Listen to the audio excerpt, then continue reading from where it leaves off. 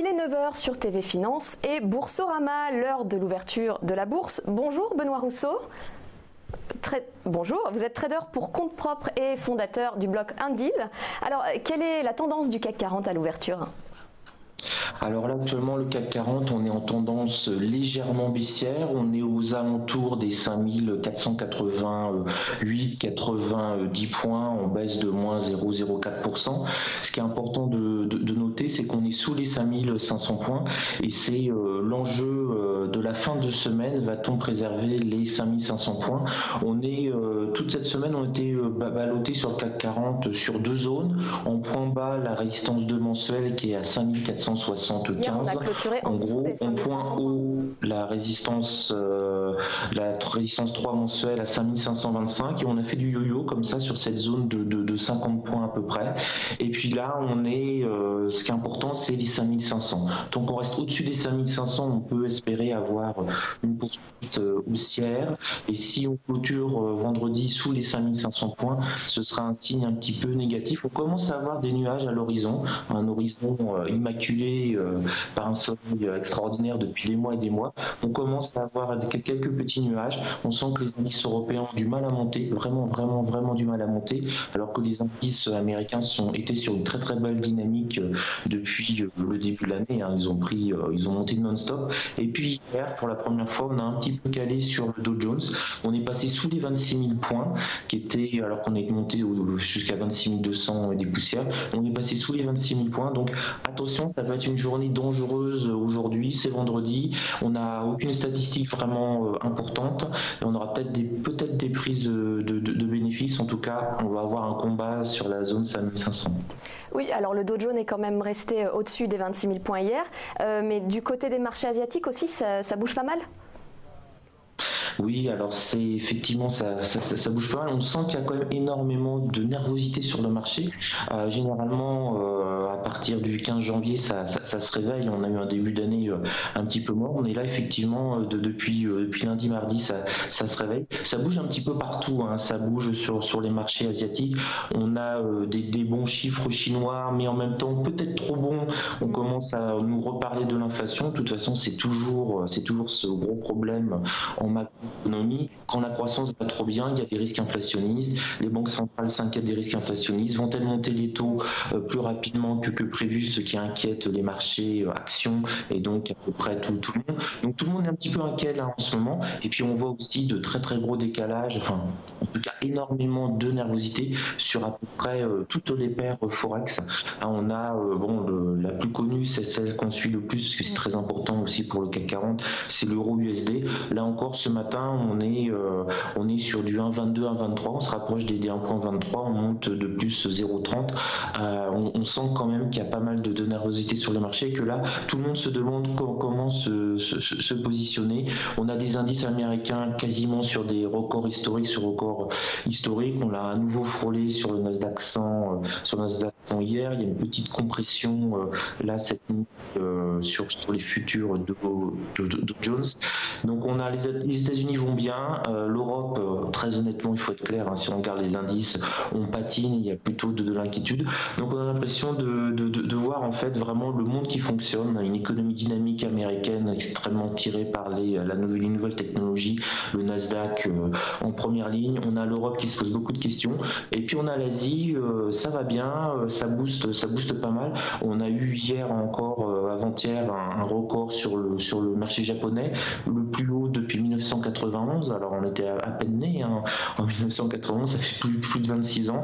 Donc on voit bien qu'on a trois zones, très gros dynamisme aux États-Unis, notamment avec la politique fiscale de Trump qui booste un peu tout le monde. Le Japon, l'Asie en tout cas profite un peu de cette consommation américaine, et puis l'Europe, on est un petit peu entre les deux et nous ça va un peu bien et puis ça va un peu mal aussi. Il y a un retour quand même d'une grande volatilité sur les marchés. Exactement ça, heureusement, hein, parce que très honnêtement, les 10 premiers jours de bourse, on s'ennuyait un peu. Et là, effectivement, on a un retour de la volatilité. Alors, c'est assez classique, en fait, un retour de la volatilité à partir de la mi-janvier. Pourquoi? Parce qu'on a les gérants de fonds qui commencent à se repositionner sur le marché. Généralement, ils laissent passer la dernière semaine de l'année, ils y touchent pas, et la première semaine de janvier non plus. C'est des zones un petit peu tabou. Puis bon, c'est plus simple pour certaines raisons. Et donc là, on commence à avoir un petit peu de la volatilité qui revient, du volume qui revient. On a eu cette semaine une séance en tout cas sur le CAC 40 futur avec plus de 200 000 lots d'échangés. Donc c'est quand même très important. On était plutôt sur du 100 000, 130 000 il y a encore quelques temps. Donc on a un nouvel appétit, ça bouge beaucoup. Tant mieux, hein, ça nous réveille parce que nous, traders en compte propre, on a besoin que ça bouge pour faire un peu de dollars. Si on est sur un marché d'orange qui ne bouge pas sur le CAC 40 de 10 ou 15 points la journée, des fois on se dit on fera de rester couché ou faire autre chose. Mais là, quand ça bouge, c'est bon. Ça va toucher des supports, des résistances, ça réagit et c'est vraiment ce qu'on a besoin, un petit peu de nervosité. C'est ce qui s'est un peu dessiné hier sur le CAC 40. Toute la première partie de la journée, l'amplitude était entre 0 et 10 points, pas plus. Et puis à un moment, il a un peu dévissé dans l'après-midi, mais bon, finalement, on a clôturé à 0,02% en hausse. Oui, mais ce qui est important, c'est pas, pour les day traders ou les swingers, pour les swing traders, effectivement, la journée d'hier sur le CAC 40, il s'est rien passé pour eux. C'est la même chose à l'ouverture à 9h, à 17h30, pour eux, ça n'a pas bougé. Par contre, pour des gens qui font comme moi du scalping ou de l'intraday, heureusement que ça s'est mis à bouger. On a eu la cassure des 5500, on a fait à peu près 40 points d'amplitude, presque 50 points. Donc c'est presque 1% sur le CAC 40 d'amplitude. C'est pas mal, on va pas bouder notre plaisir. On a eu effectivement, comme vous l'avez rappelé, des matinées et puis même des journées complètes, voire des semaines complètes avec entre 0 et 15 points, allez, on va dire, de volatilité. Là, c'était les journées où on commençait à regarder plus la télé qu'à trader. Là, au moins, on sent que ça revient, ça bouge. Donc c'est chouette. Et donc prudence aussi, parce que quand la volatilité revient, il faut aussi savoir sortir rapidement si on n'est pas dans le bon trend. Donc savoir prendre ses pertes beaucoup plus rapidement qu'avant. Il n'y a peut-être pas de possibilité de se rattraper, comme quand on a un trend de 10 points, on peut se mettre à décaler. Et puis aujourd'hui, bon, on est vendredi, donc on va peut-être avoir des arbitrages l'après-midi, comme on a eu jeudi entre 15h30 et 17h30, surtout vers 17h, 17h30. On peut peut-être avoir un petit peu de décalage, même si on n'est pas aidé par le calendrier boursier. Hein. Aujourd'hui, il y a honnêtement rien à se mettre sous les dents. On a notre vieux indice du Michigan, mais bon, il fait bouger personne depuis plus d'une dizaine d'années, donc il nous intéresse pas vraiment. Et en termes de résultats d'entreprises américaines, on a Schlumberger. Bon, Schlumberger, ça ne fait pas rêver non plus énormément. Je m'excuse pour l'entreprise Schlumberger, mais c'est pas elle qui va faire décaler.